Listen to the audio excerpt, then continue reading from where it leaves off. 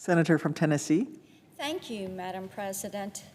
September 11th, 2001 is a date that is seared in the memories of those of us who lived through that day and experienced the trauma and the fear of that day. What has always struck me about that day and the days following, even standing here 20 years later, is how the entire free world, they stood united against what we saw as a common threat. It came to us as naturally as breathing. We understood that as witnesses to mass murder, we shared a duty to avenge those who had died. It may have been fear that forced us together, but in the days that followed the attacks, we as Americans rediscovered the ties that have bound us for centuries and solidified our faith in the common cause of freedom. But the more time that passes between each September 11th and the September 11th attacks, the more obvious it becomes that history slips away from those who fail to heed its lessons. The defensive action we took as a nation in the wake of the attacks was among the most forceful and effective the world had ever seen. But still, even 20 years later, it is obvious that our work in Afghanistan and the Middle East is far from over. Now, my colleague from Maine talked about the withdrawal from Afghanistan. And I would say that as I talk to Tennesseans, it is not withdrawing from Afghanistan. It was the manner in which the Biden administration chose to end the military mission in Afghanistan that didn't seem to reflect the reality of what was going on the ground. Last week, I sent a letter to Chairman Reed with several of my colleagues on the Armed Services Committee asking for formal hearings on the withdrawal. We need to know exactly what happened, how they were advised, without sworn testimony from Secretary Austin, General Milley, General McKenzie, and General Miller.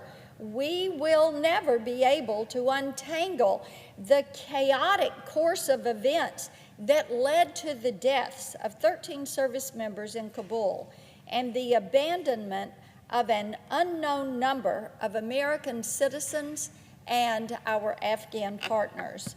Madam President, I ask unanimous consent that the letter be entered into the record. Without objection. Thank you, Madam President. But beyond the fact-finding mission, I plan to use these hearings to impress upon my Democratic colleagues the importance of the words that we use to describe our enemies, how we talk about them, how we frame their actions. Since day one of this administration, the Biden administration has used their words to rehabilitate the Taliban in the eyes of their radical base. The problem, of course, is that their diplomatic calls for inclusivity and equality, this supports a lie about who the Taliban actually is. The Taliban, like ISIS, like Al-Qaeda, it's a terrorist organization. They rule by fear. They rule through public beheadings, rape, forced marriage, brutality against anyone who questions their regime, against anyone who disagrees with them. Look at the way women and children are treated. Now, in my opinion, and from a lot of Tennesseans that I have talked with as I've been home, they feel that expecting terrorists to behave like normal people is reckless and stupid. And they feel that some of the actions that have come from this administration and comments that they would have that expectation would reflect that reckless stupidity. These are terrorist organizations. If you need another example of this, just look at their approach to border security. Even before the transfer of power, massive migrant caravans had begun moving out of Central America and toward the southern border. They were eager to take advantage of then candidate Biden's promises of open borders and amnesty for all. Where did that get us? Well, this is what we have learned. The CBP reports that migrant encounters along the U.S.-Mexico border reached a 20-year high in July. That is right. Massive numbers. They heard those promises. So what did they do? They got to work contacting a cartel, and they made this journey. After, of course, they paid the cartel. Most of the nearly 200,000 people our Border Patrol caught in July were traveling alone. Families might be holding back, but the international traffickers certainly are not holding back. On August 29th, CBP officers in Memphis found 3 kilograms of ketamine in a shipment of furniture from France, coming in because of the cartels. In the first week of September, CBP officers in Texas seized 2 separate caches of cocaine with a combined street value of almost $300,000. In the month of July alone, cocaine seizures increased 91%.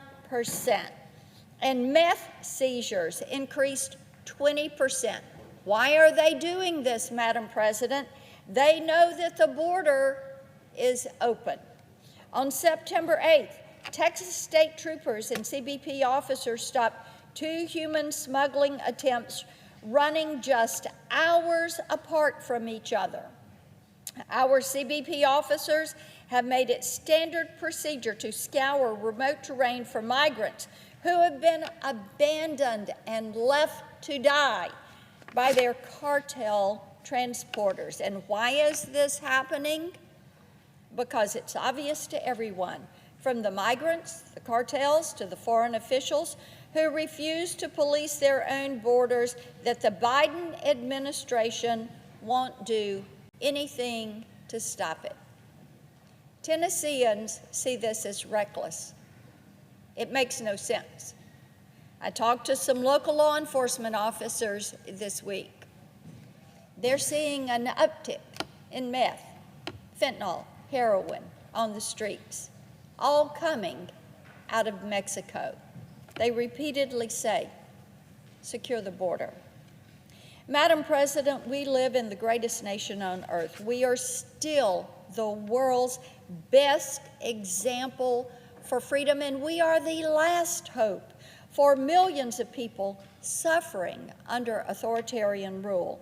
It's important to understand that it doesn't have to be the way it has been. When you look at this withdrawal from Afghanistan, when you look at this open border, when you look at the fact that, yes, this year, the Border Patrol, they have apprehended terrorists at the southern border. That's right. Doesn't have to be that way. But when you have weak leadership, leadership that is not focused, leadership that says it's my way or the highway, when you have that reckless disregard for the truth, that can and will destroy us. The actions of the Biden administration have already emboldened our enemies. They've made our allies doubt our commitment to them and to the work that they are trying to do to advance freedom for themselves, the work that we are doing to advance freedom here in this country and abroad. So I would encourage my Democratic colleagues to resist the urge to fall in line with the White House on the issue of the Afghanistan withdrawal, and to instead join me in demanding as many hearings as it takes to restore accountability and transparency, to find out exactly what happened. What were our military advisors saying to President Biden, Vice President Harris, to Jake Sullivan, to Susan Rice, to Anthony Blinken? What were they telling them? What was the expectation? Did they have a plan? Did they plan to leave Americans behind enemy lines? Did they plan to give up Bagram Airfield? Did they plan to leave all of the equipment for the Taliban to use? Did they plan on that? Was it intentional that they made those decisions? Or was it reckless stupidity that got us here? I yield the floor.